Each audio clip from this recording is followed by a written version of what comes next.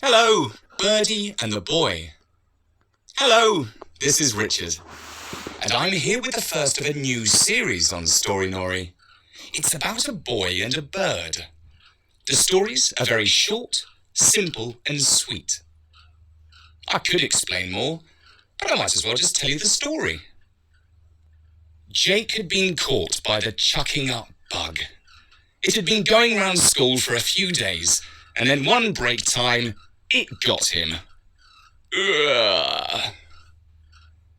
The nice part was that he spent the next few days at home. Mum told him to stay in his bedroom and keep his plastic bucket near him at all times. He was allowed to play a cops and robbers game on his tablet for a while. Eventually Mum came up to his room with some chamomile tea and told him to read a book.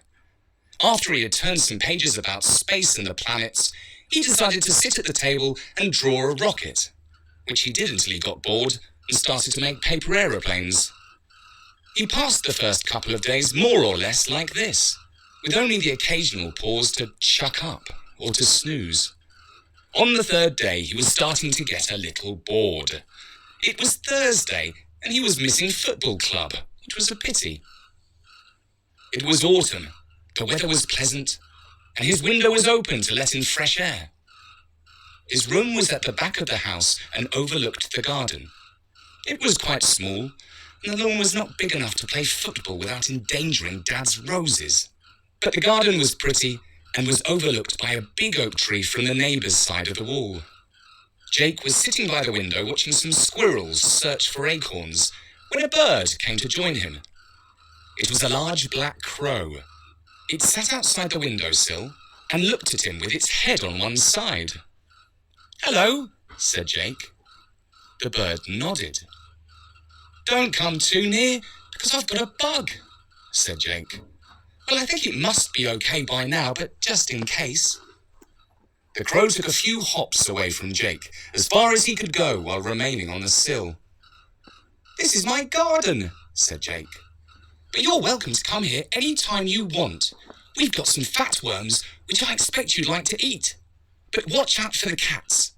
Several of our neighbours have them, and they come in uninvited and lurk in the bushes hoping to catch birds."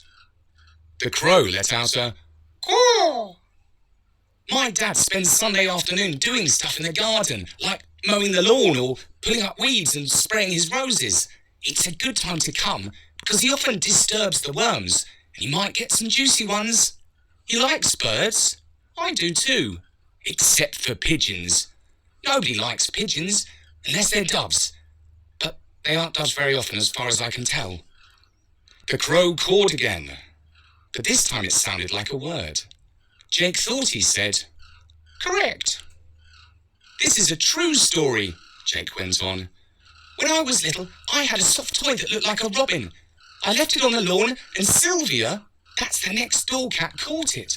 She crept over the grass on her tummy, real sneaky, and then she jumped and dug her claws into it." "Oh," said the crow. "That's funny."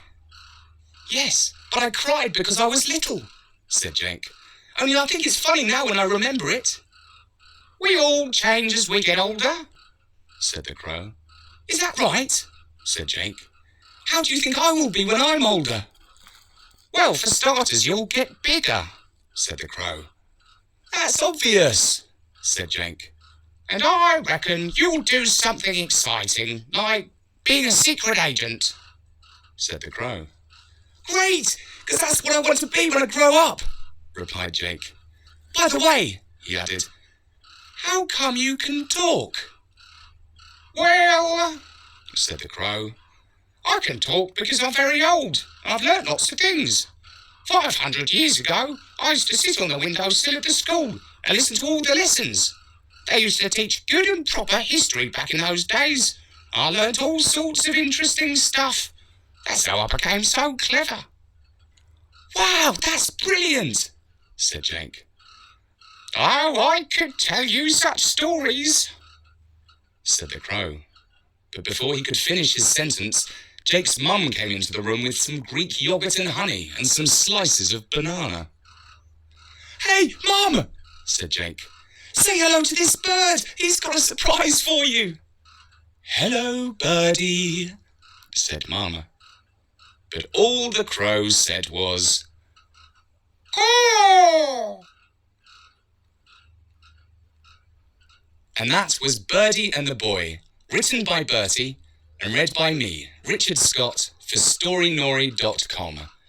If you are intrigued to find out a little more about Birdie, you should not have to wait long, because Bertie has promised to bring you the next part very soon. For now, from me, Richard, goodbye.